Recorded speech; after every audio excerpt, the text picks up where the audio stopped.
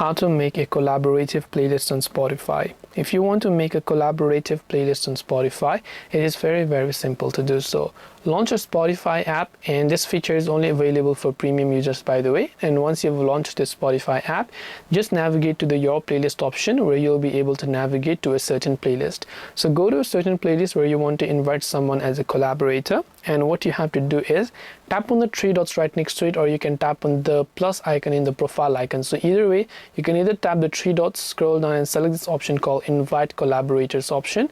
So tap on this Invite Collaborator option, and once done, you can see it says the link expires in 7 days. So within 7 days, if you copy the link and send it to someone and somebody opens it up, they will be able to simply use this in order to go ahead and then collaborate your playlist together. This way you'll be able to make a collaborative playlist on Spotify. I hope that this video really helped you.